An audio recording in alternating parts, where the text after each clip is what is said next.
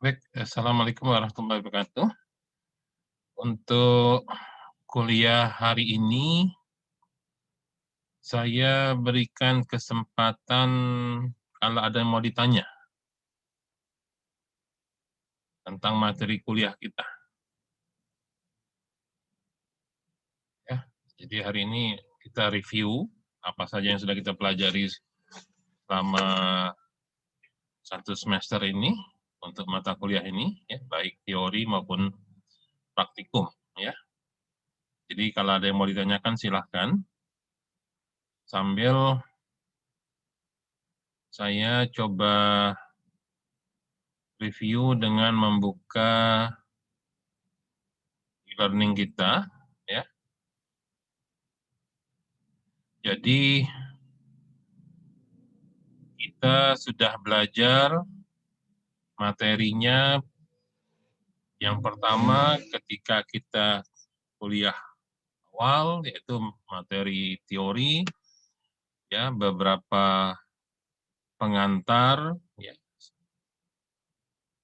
dengan apa namanya, kita mulai belajar tentang beberapa konsep dasar, ya. Jadi di materi pengantar saya sudah jelaskan apa itu statistika, ya. Ilmu statistika itu ilmu apa, ya, dan mengapa kita perlu belajar ilmu statistika. Menjadi motivasi kita, menjadi dasar mengapa kita harus memasukkan materi statistika dalam kurikulum bidang ilmu kita, ya. Jadi yang pertama tentunya kamu sudah dijelaskan ada salah persepsi tentang penggunaan istilah, ya. Selama ini kita menganggap ilmu statistik. Jadi kalau ketemu istilah statistik, statistik itu bermaksud adalah data. Jadi statistik itu adalah data. Kalau ilmunya statistika untuk bahasa Indonesia, ya. Tapi kalau untuk bahasa Inggris, kedua-duanya istilahnya sama, yaitu statistics, pakai C. Jadi statistik itu dalam bahasa Indonesia bermakna data, sementara statistika itu ilmunya. Ya. Mengapa kita harus belajar statistika? Di awal sudah kita sadari, ya, bahwa kenyataannya dalam kehidupan kita, dalam kehidupan manusia ini, boleh dikatakan hampir semuanya bersifat tak pasti atau bersifat probabilistik. Ya, hampir semuanya.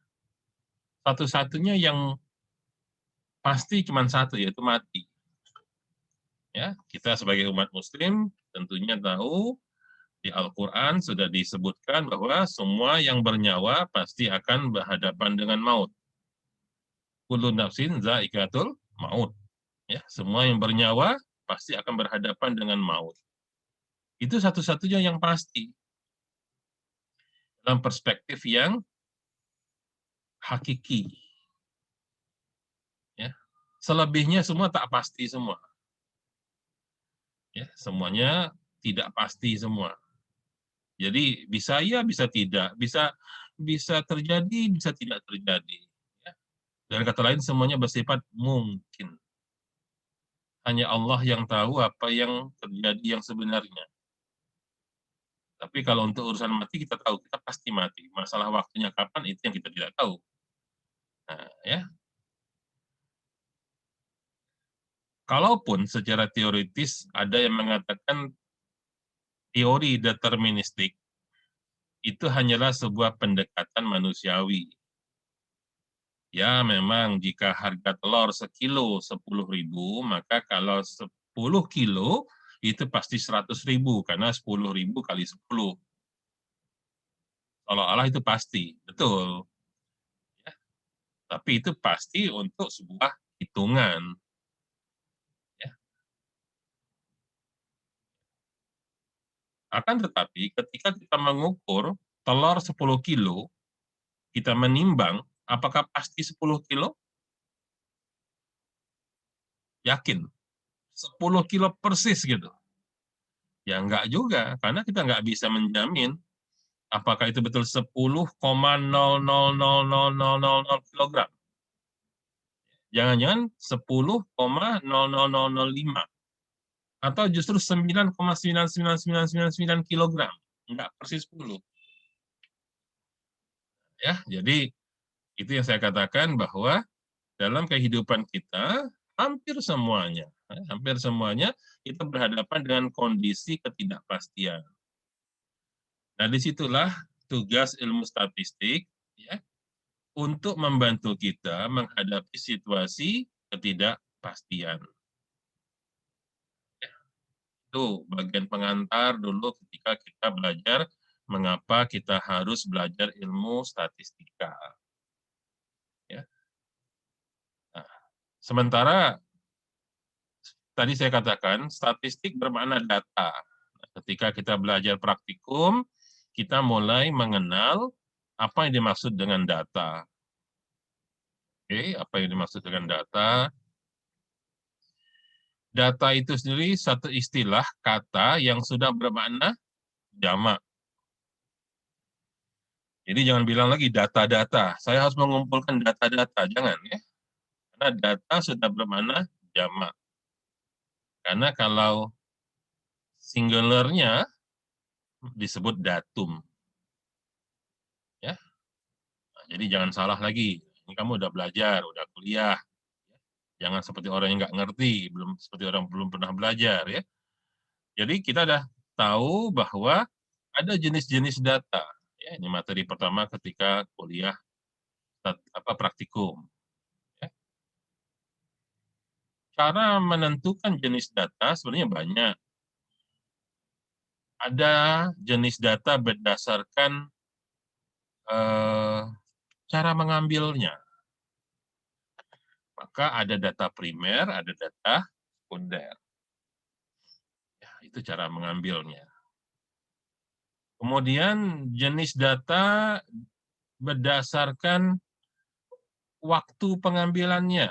Ada data yang disebut dengan time series, ada data yang disebut jenis cross-sectional.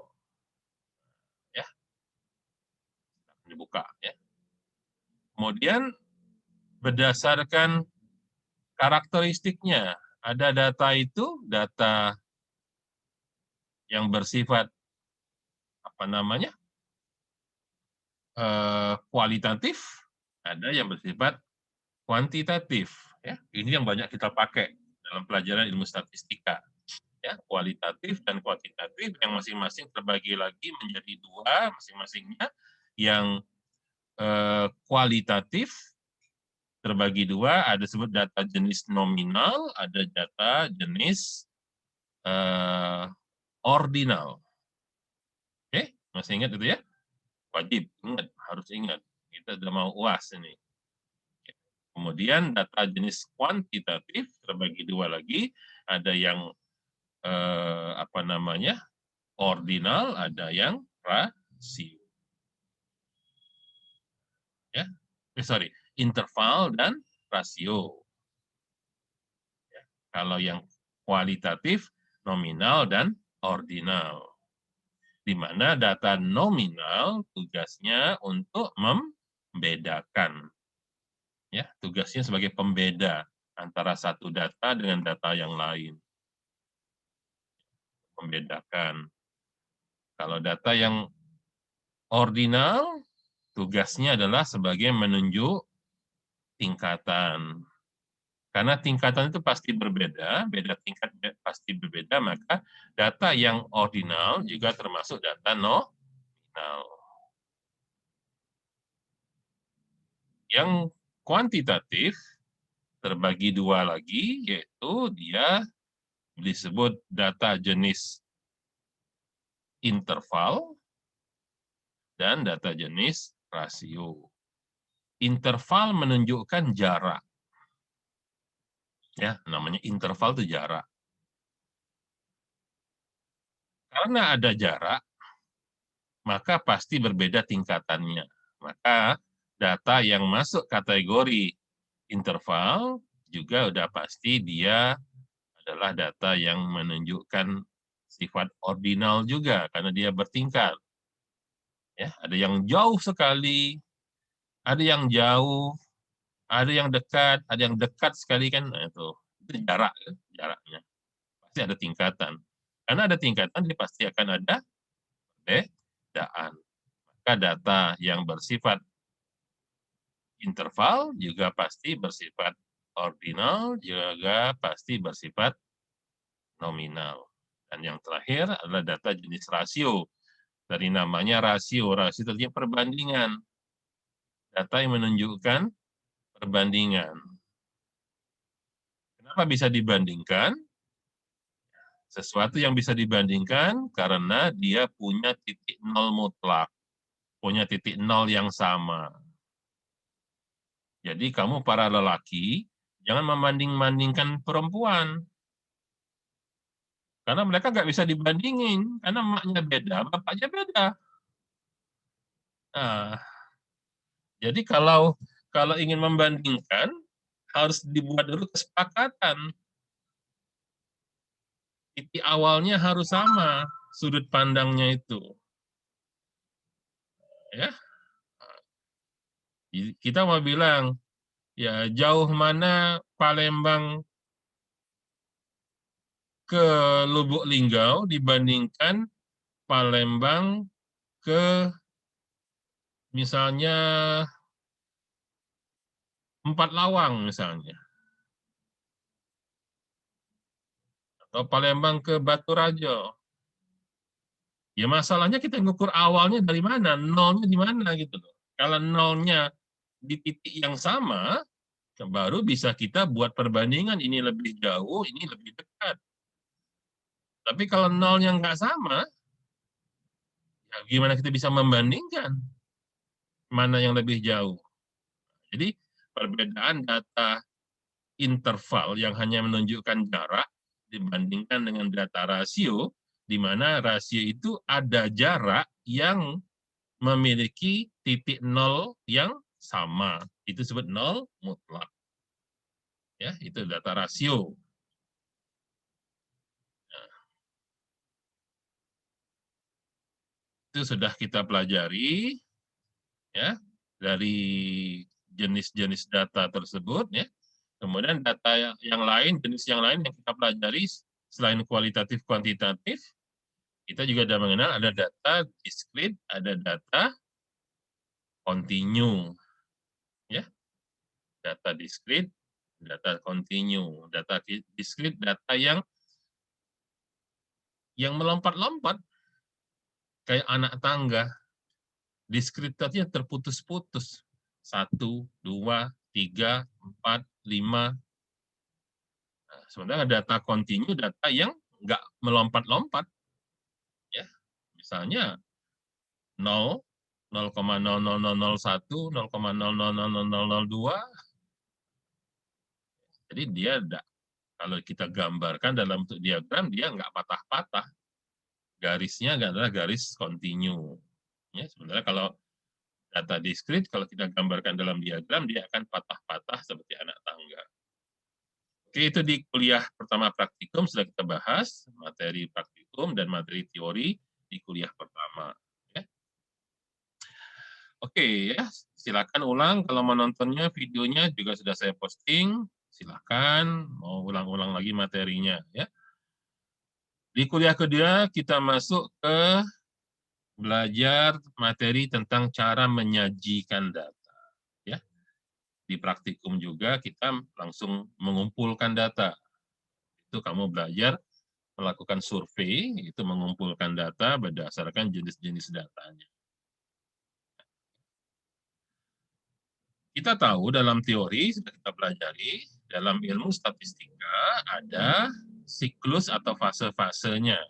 Fase pertama mengumpulkan data, fase kedua adalah menyusun data, fase ketiga adalah menyajikan data, fase keempat analisa data, dan fase kelima yaitu menarik kesimpulan.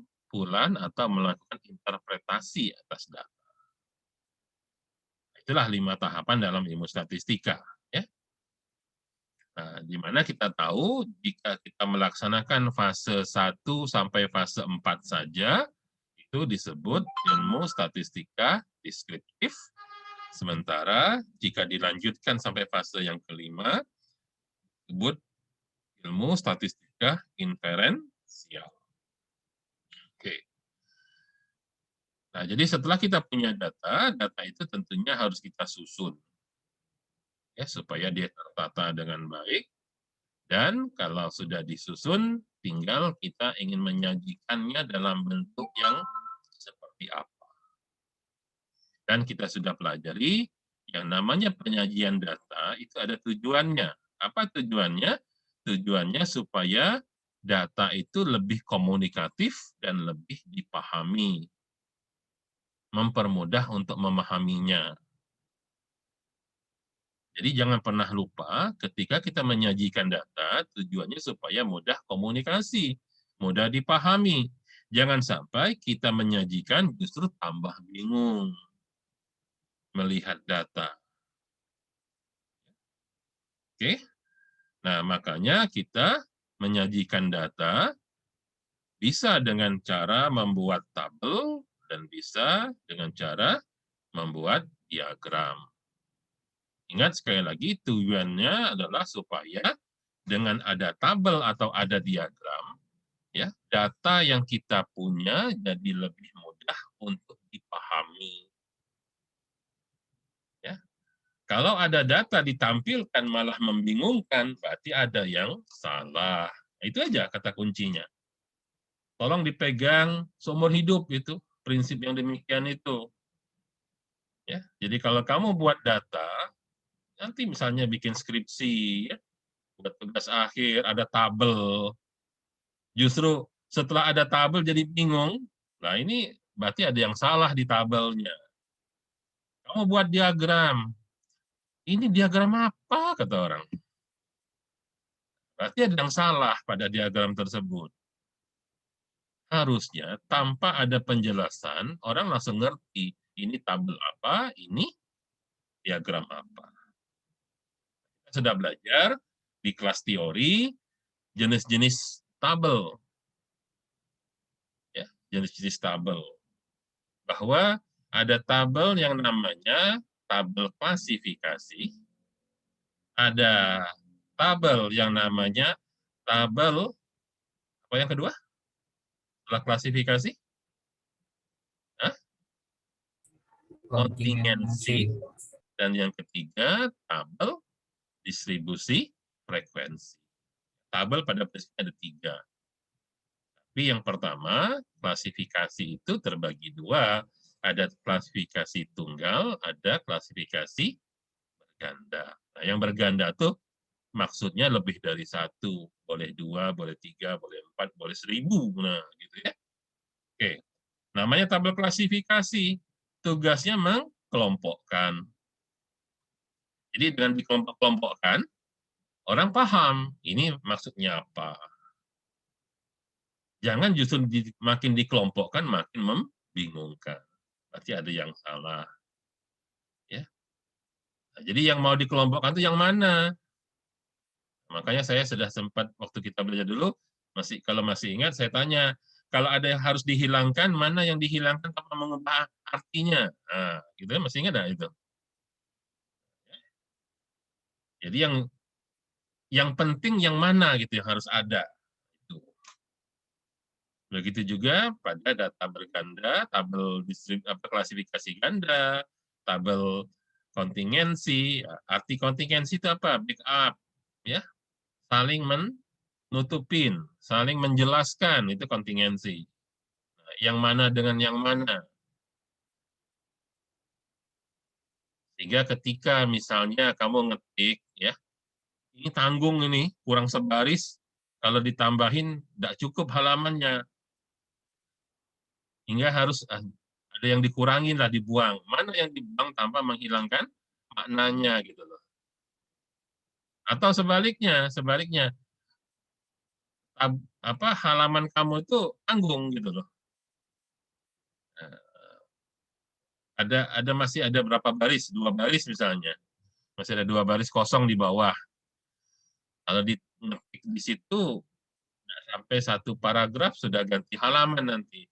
Ini tabel kalau saya tambahin barisnya atau saya tambahin kolomnya, mana yang kalau ditambahin nggak berubah makna, tapi malah memperjelas misalnya. Ya. Oke, silakan dibuka-buka lagi kuliah kedua, dan kita juga di kuliah kedua langsung praktikum, ya kita mencoba menggunakan software SPSS, ya. Jadi di kuliah kedua itu praktikum kita adalah mengerti apa itu software SPSS, mengenali menu-menunya, dan kita coba membuat tabel waktu itu. Ya. Mudah-mudahan bisa dipahami, termasuk juga selain tabel tentunya diagram. Ya. Kapan kita menggunakan diagram lingkaran, kapan menggunakan diagram batang, kapan menggunakan diagram garis, ya. Tadi kata kuncinya jangan sampai setelah dibuat diagram malah jadi bingung membaca diagramnya apa gitu. Ya, seperti ada yang salah ketika kita memilih tipe diagram.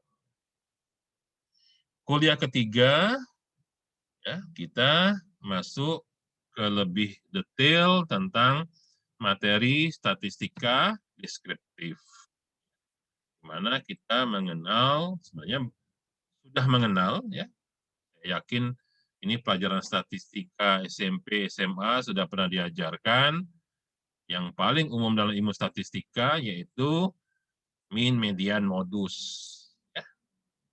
Nah, kalau di kita sekarang di perkuliahan kita perkenalkan istilahnya itu, konsepnya disebut konsep pengukuran gejala pusat atau central tendency.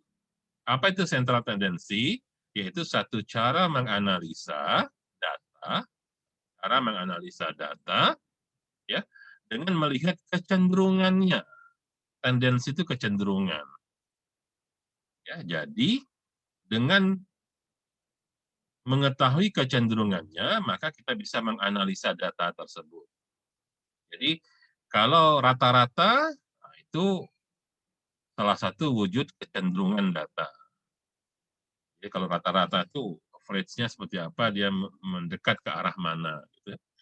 Ya, kalau modus, kecenderungannya berdasarkan jumlah kuantitasnya, mana yang paling banyak, itu modus. Sementara median tuh nilai tengahnya, nilai cari aman. Dan nilai cari aman nilai tengah gitu. Tidak memihak kanan sama kiri dia.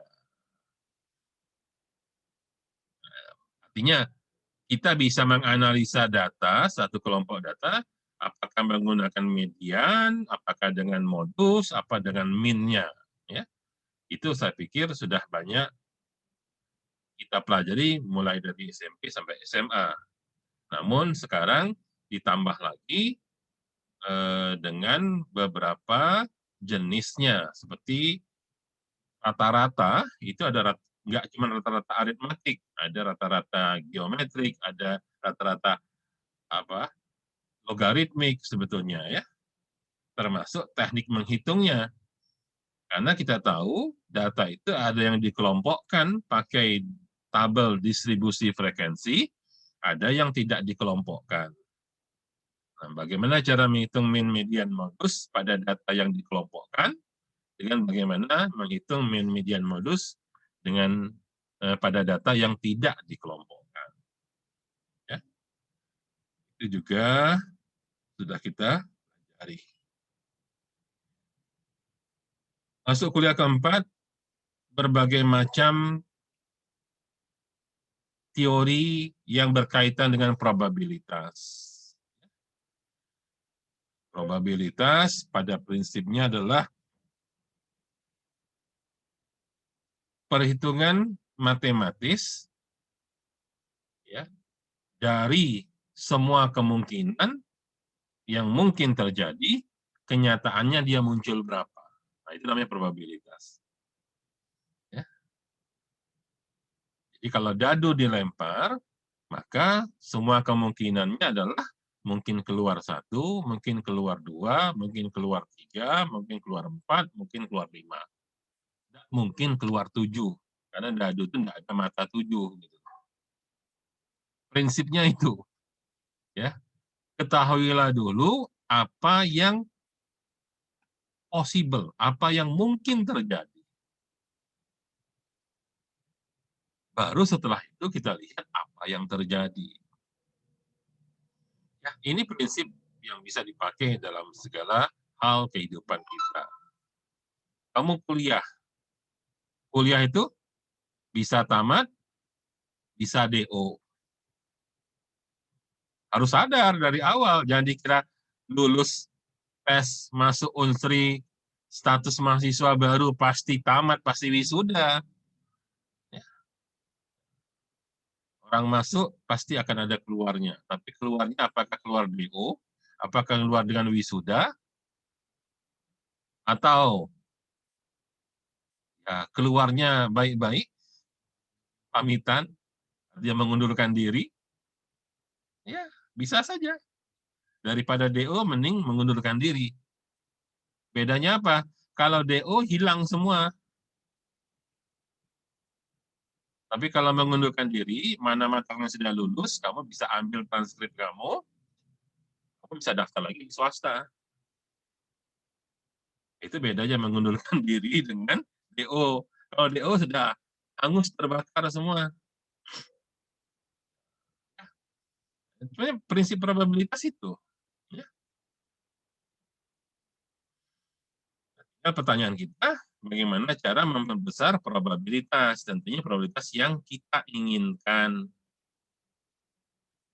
Nah, apa yang kita inginkan, itulah nanti yang kita pelajari di dalam random variable. Ya, proses random variable.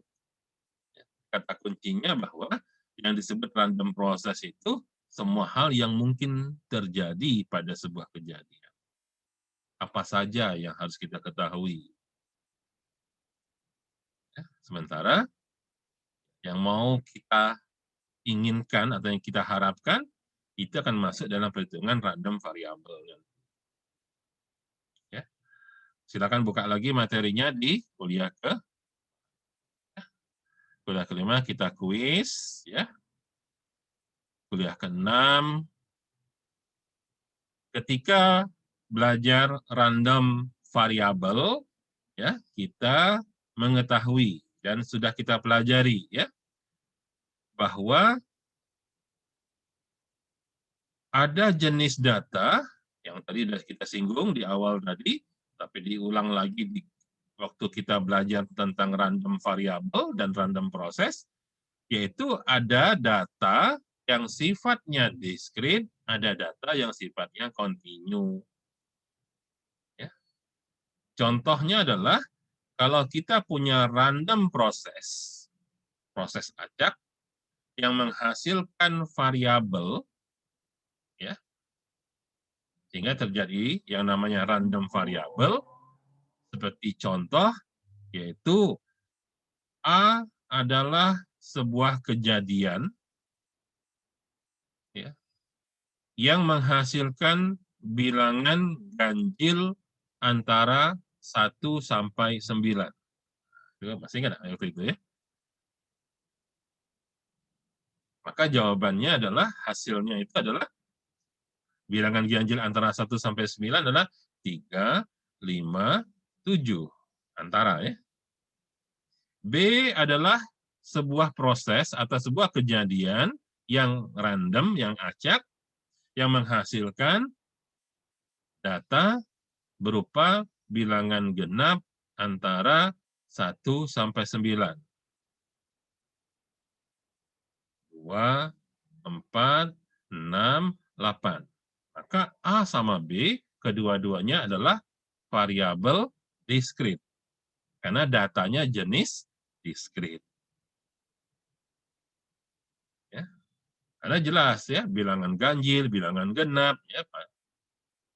Tapi kalau C adalah sebuah kejadian atau sebuah proses yang menghasilkan data bilangan real. Nah, ini matematika dasar ya. Jenis bilangan ganjil, bilangan real, bilangan bulat, bilangan real. Apa itu maksud bilangan real itu? Kan ada bilangan prima, itu saya yakin dulu ketika tamat SMA ya harusnya sudah ngotok itu semua gitu.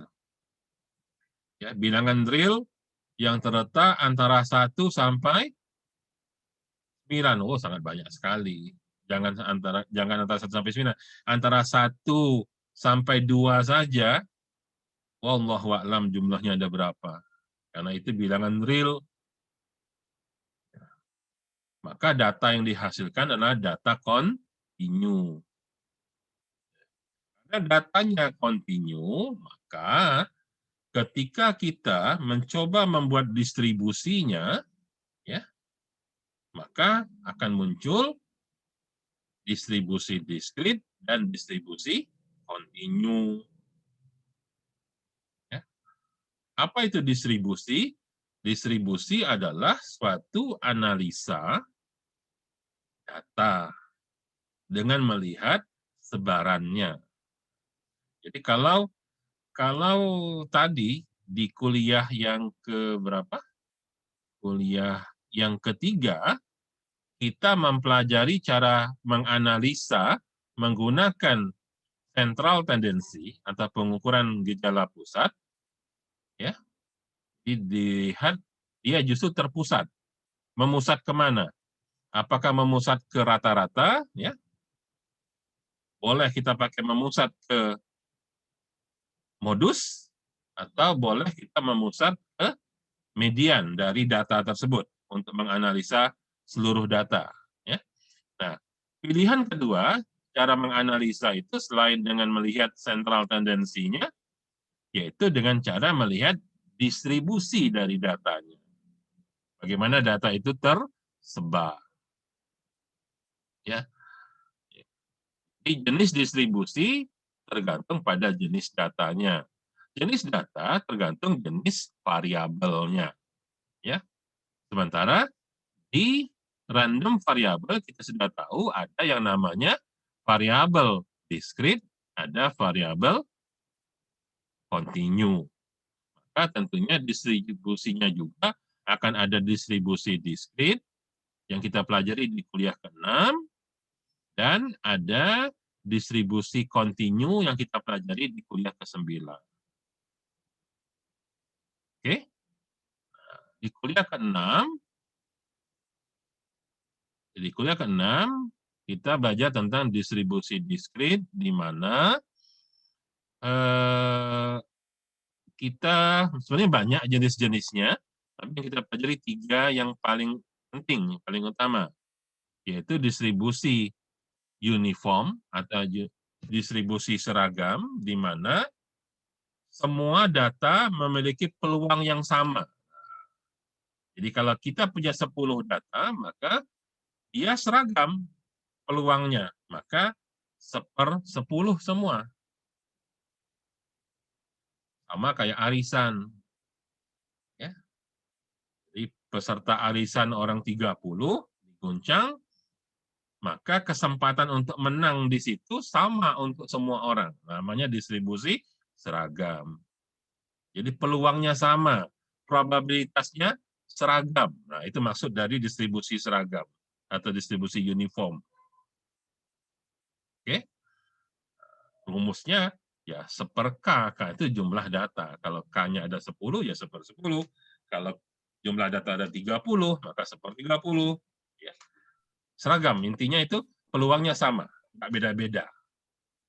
Yang kedua, distribusi yang kedua adalah kita mengenal ada distribusi binomial.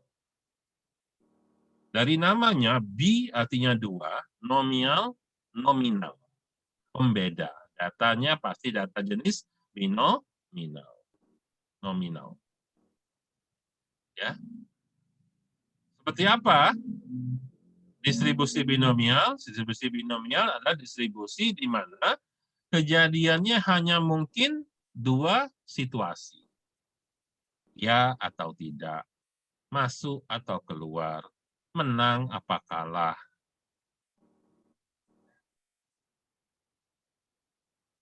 Jadi semua kejadian yang sifatnya binomial, peluangnya atau probabilitasnya dapat kita hitung dengan cara rumus binomial. Ya, jadi intinya pelajaran tentang distribusi itu cara menghitung probabilitas. Misalnya, kamu itu cuma punya dua pilihan. Lulus atau DO. Misalnya, nggak punya pilihan yang lain. Wisuda atau DO. Pilihannya cuma ada dua. Maka cara menghitungnya dengan distribusi binomial. Berapa besar peluangnya tersebut. Sekarang sedang ada COVID. Ya. Kalau kamu keluar rumah, tertular atau tidak tertular? Hitung sendiri probabilitasnya. Kalau kita bisa ngitung, ya, kalau kita bisa menghitung, di mana hitungan kita yakin kalau saya keluar rumah tanpa masker, saya tidak tertular, saya aman. Oh, saya yakin kita insya Allah bisa sehat terus. Masalahnya kita tidak pernah tahu. Belum ketemu rumusnya. Belum ketemu variabel untuk menentukan bakal kena atau tidak kena virus itu. Enggak, kalau tidak tahu probabilitasnya, kita cari aman aja lah. Apa? Jangan keluar rumah. Keluar itu kalau terpaksa.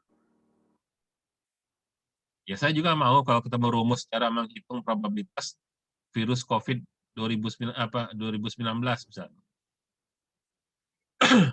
Persoalannya belum ketemu rumusnya gitu. Tapi konsepnya kita tahu ini binomial apa enggak gitu. Ya. Oke, jadi prinsip binomial itu adalah kita menghitung probabilitas suatu kejadian yang kemungkinan kejadiannya hanya ada dua. Rumusnya silahkan dibuka lagi, ya diingat-ingat lagi. Tentunya perlu latihan soal untuk membiasakan itu semua. Ya. Oke, kuliah berikutnya kita sudah UTS, ya. Kuliah ke-7 dan ke-8 kita UTS, ya. Kuliah ke-9 tadi distribusi kontinu. Kita belajar distribusi kontinu itu pun sebetulnya banyak jenis-jenisnya, tapi kita pelajari yang paling penting, yaitu distribusi normal. Ya. Karena inilah distribusi yang paling dominan dalam kehidupan sehari-hari kita. Ya. Karena namanya distribusi normal, ya itulah normalitas. Oke. Nah, dalam distribusi normal, ya, jangan lupa sebetulnya kita itu akan menghitung suatu perhitungan untuk menentukan hipotesa diterima atau ditolak. Ya. Di sini kita sudah masuk ke dalam yang namanya statistika inferensial.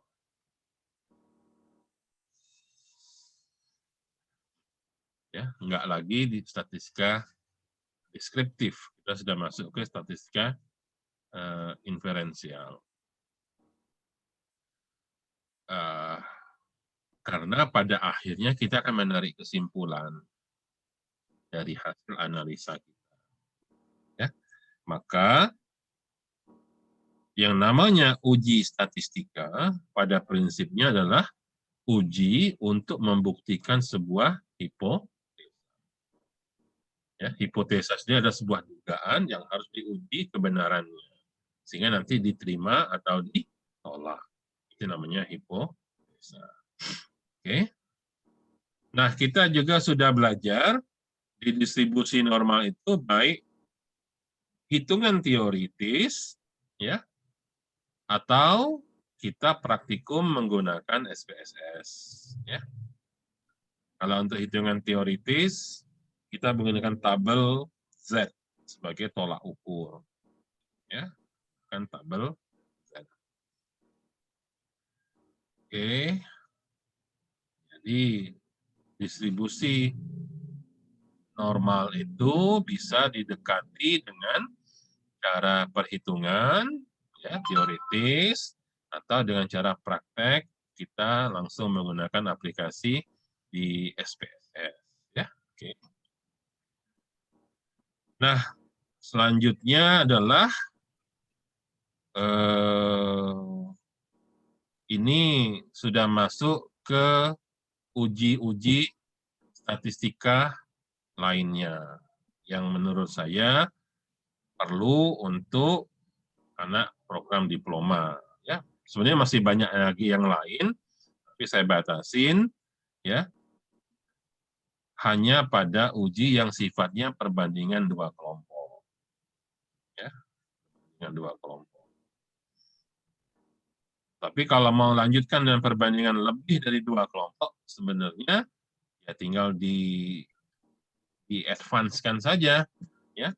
Materinya sama, yaitu ya kita berhadapan dengan situasi parametrik atau non parametrik. Yang membedakan parametrik sama non parametrik adalah datanya. Sekali lagi kembali kepada jenis data. Bagaimana cara membedakan parametrik atau non parametrik? Ya, sudah saya jelaskan dahulu bahwa secara prinsip uji parametrik adalah uji yang pakai syarat. Secara umum, ya, uji parametrik adalah uji yang ada syaratnya. Apa syaratnya? Syaratnya dia harus normal dan harus homogen. Ya. Sehingga kalau kita nggak mau ngujinya itu pakai syarat, pokoknya ada data langsung aja diuji tanpa melewati proses persyaratannya, maka itu bisa dilakukan dengan uji non parametrik. Apa saja data boleh langsung diuji tanpa diuji normalitas, tanpa diuji homogenitas, tapi harus dengan non parametrik. Karena non parametrik adalah uji yang nggak pakai syarat.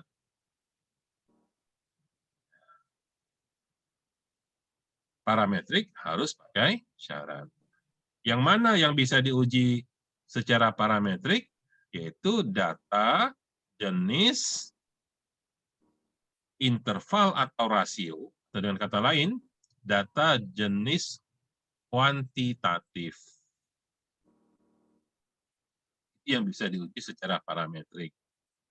Dengan syarat lolos uji normalitas dan lolos uji homogenitas. Yang paling penting adalah normalitas sih. Kalau dia tidak lolos uji normalitas, walaupun dia itu kuantitatif, yang datanya interval atau rasio, maka dia harus diuji secara non-parametrik. Sementara kalau kita punya data yang dari awal sudah merupakan data kualitatif, yaitu nominal dan ordinal, sudah pasti langsung diuji dengan non-parametrik. Jadi kalau kamu lihat dalam tabel, ada soal, tabelnya ada peringkat, ada ranking. Maka dia adalah data ordinal. Udah pasti dia non-parametrik. Tapi kalau kamu lihat datanya data jenis rasio, maka ujilah dulu dia normal atau tidak normal. Kalau normal, uji homogen atau tidak. Itu pun homogen itu jika dia dua kelompok data yang bebas.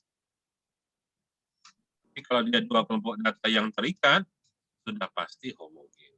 Tidak perlu diuji homogenitasnya. Cukup normalitas. Ya. Ingat itu prinsip itu ya. Kan sudah pernah saya gambarkan dalam bentuk diagram. Jenis data terbagi dua.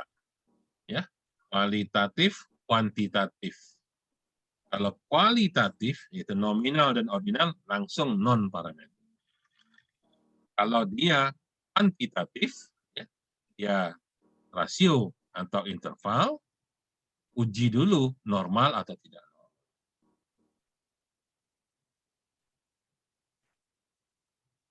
Kalau dia normal,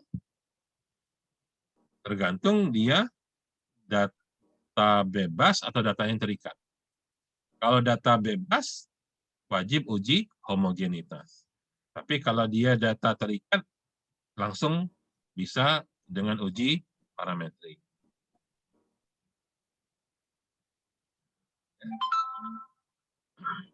Atau memang data itu data kuantitatif, tapi dari awal nggak mau kita uji dia normal apa nggak normal, maka langsung saja dengan non-parametrik. Oke, ya. Itu prinsip tentang parametrik dan non-parametrik, ya, termasuk praktikumnya. Coba diingat-ingat langkahnya, ya. Uji normalitas itu uji apa? Uji normalitas itu prinsipnya adalah kita menguji apakah error data kita normal apa tidak. Apa yang dimaksud dengan normal apa tidak itu adalah apakah error data itu dekat ke nilai rata-ratanya atau jauh dari nilai rata-ratanya. Maka tugas kita adalah menghitung terlebih dahulu nilai error. Apa itu nilai error?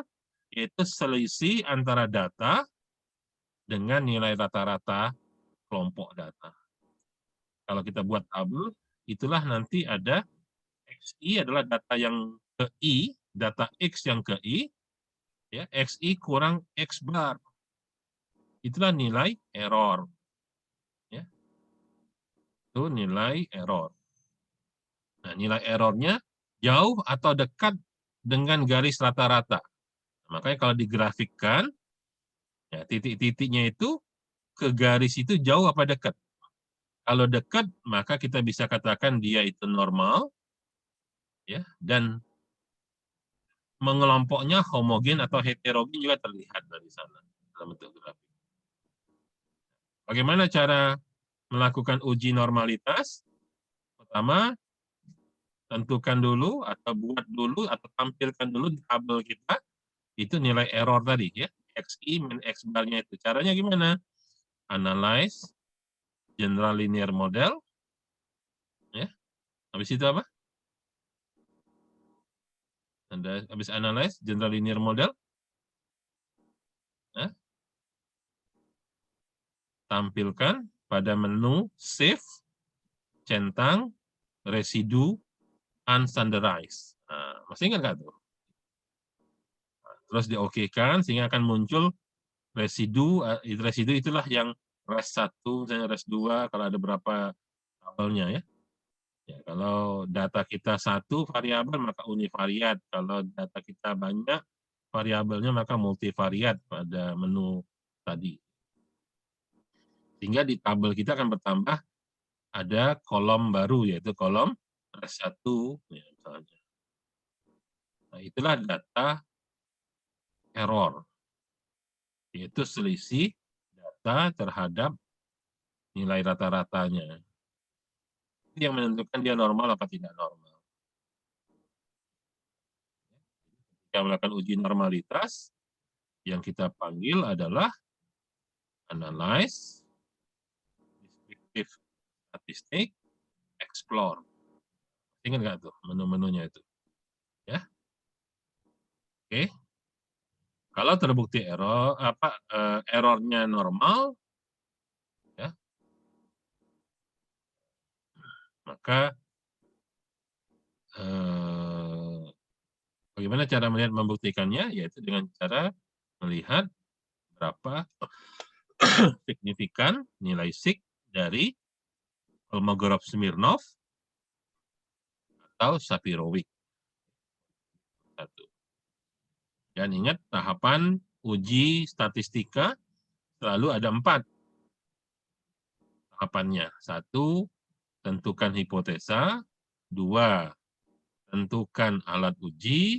3, tentukan nilai alfa. 4, buat keputusan. Nah, jadi kalau kita mau uji normalitas, alatnya adalah Shapirowicz atau Kolmogorov-Smirnov. Maka lihatlah nilai sig pada Kolmogorov-Smirnov atau Shapirowicz tersebut. Ya. Cara membuat keputusan apa? Jika lebih besar sama dengan alfa, jika lebih besar atau sama dengan alfa, ya, maka yang dipilih adalah 0. Jika lebih kecil dari alfa, yang diterima adalah A1. Jangan lupa untuk segala macam.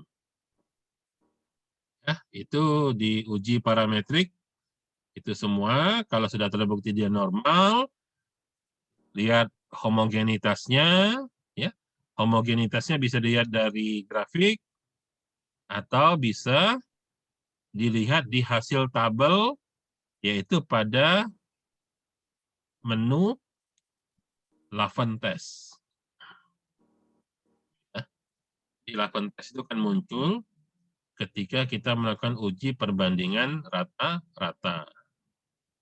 Ya. Kalau dia 2 kelompok bebas, maka compare analyze, compare mean, itu apa lagi? Pakai apa? P independent sample, two independent sample test. Ya. Kalau dia terikat, per sampel t-test. Ya. Oke, itu parametrik dan non parametrik. Ya. Jenis-jenis non parametrik ada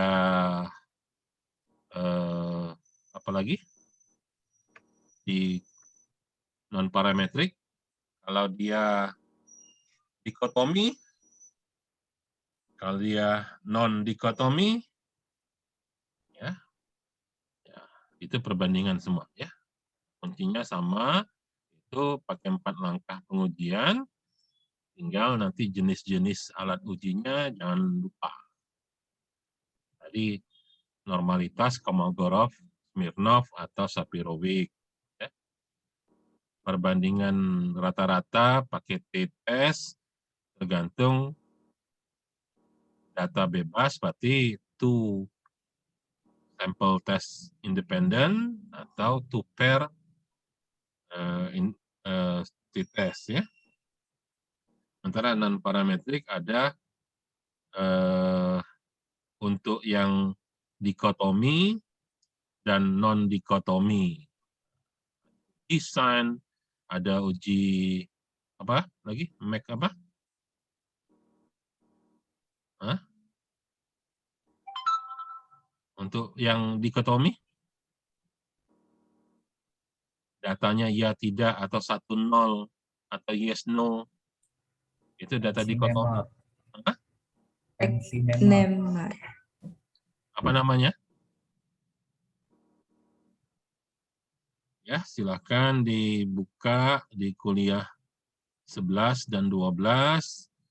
Berikutnya adalah uji korelasi. Ya, prinsip uji korelasi adalah kita melihat antara 2 kelompok data, 2 variabel, apakah ada hubungan apa tidak. Mengapa kita mau lihat ada hubungan apa tidak? Karena dari hubungan tersebut nanti kita akan melakukan analisa sebab akibat. Uji korelasi itu prinsipnya pertama, ada hubungan atau tidak? Ya atau tidak, itu dulu. Ya. Kalau tidak ada hubungan, maka nilai koefisien korelasinya adalah 0. Itu tidak ada hubungan. Kalau dia tidak 0, berarti ada hubungan. Nah, baru nanti kita lihat. Kalau tidak 0 itu, angkanya besar apa kecil? Kalau angkanya besar, maka hubungannya kuat. Kalau angkanya kecil, maka hubungannya lemah. Dan setelah itu, hubungan itu positif atau negatif. Yaitu tergantung tadi angkanya positif atau ya, itu pada uji korelasi. Nah, kita tahu bahwa data itu bisa parametrik atau non-parametrik. Ya. Maka korelasi juga ada korelasi parametrik menggunakan rumus Pearson. Kalau dia non-parametrik, pakai rumus yang namanya Kendall-Tau atau Spearman.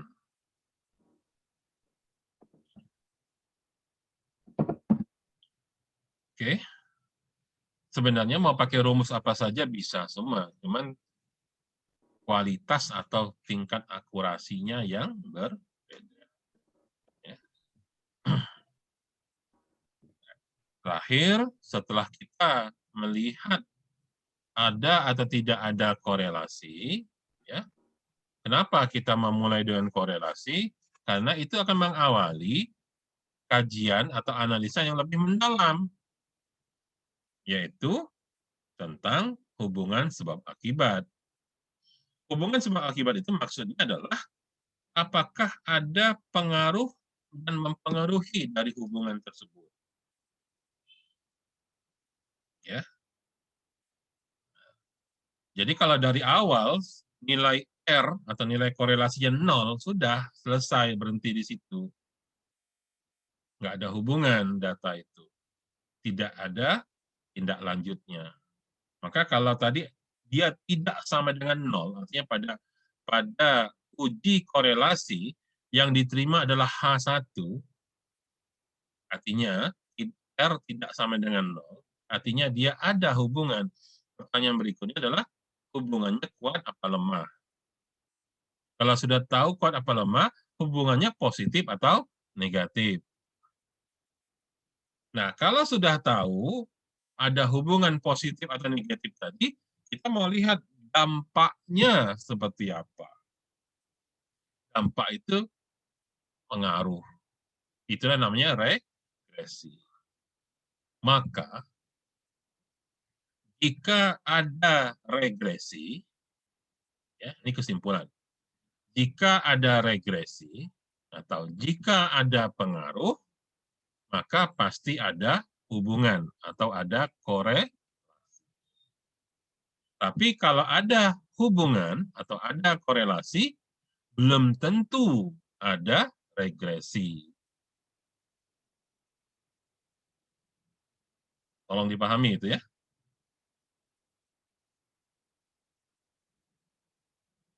Jadi kalau kita langsung menguji regresi, ya, langsung menguji regresi dan terbukti ada pengaruh, ada regresi, udah pasti ada korelasi. Tapi kalau kita menghitung korelasi terlebih dahulu, bisa saja ada korelasi, mungkin ada hubungan, tapi belum tentu ada pengaruh. Ya. Itu logikanya juga logika dalam kehidupan. Kalau kamu berkawan dengan orang, ya mungkin kamu punya hubungan. Tapi satu dengan yang lain tidak ada saling mempengaruhi. Masing-masing tetap jalan hidupnya masing-masing, silahkan. Tapi kalau kamu udah pasti saling mempengaruhi, maka pengaruh itu terjadi karena ada hubungan. Ya. Dulu waktu saya muda, saya berkawan dengan banyak orang. Mulai dari orang paling baik sampai orang yang paling jahat. Dari mulai kutu buku yang rajin tiap hari perpustakaan sampai bandit preman di pasar 16 kawan saya.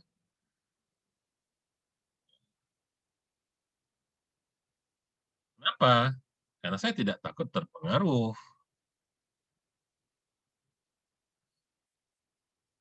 Ya, biarkan dia.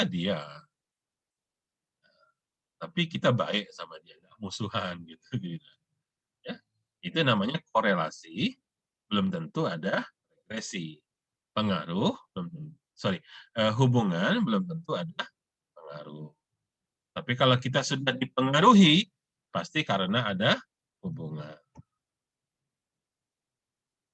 Jadi penerapan ilmu korelasi dan regresi memang pada umumnya banyak digunakan di ilmu sosial. Karena masalah hubungan dan pengaruh ini.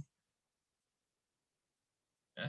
Nah, ingat ya, sistem informasi dan manajemen informatika sebagai program diploma dari sistem informasi itu adalah salah satunya menerapkan ilmu komputer dalam ilmu sosial.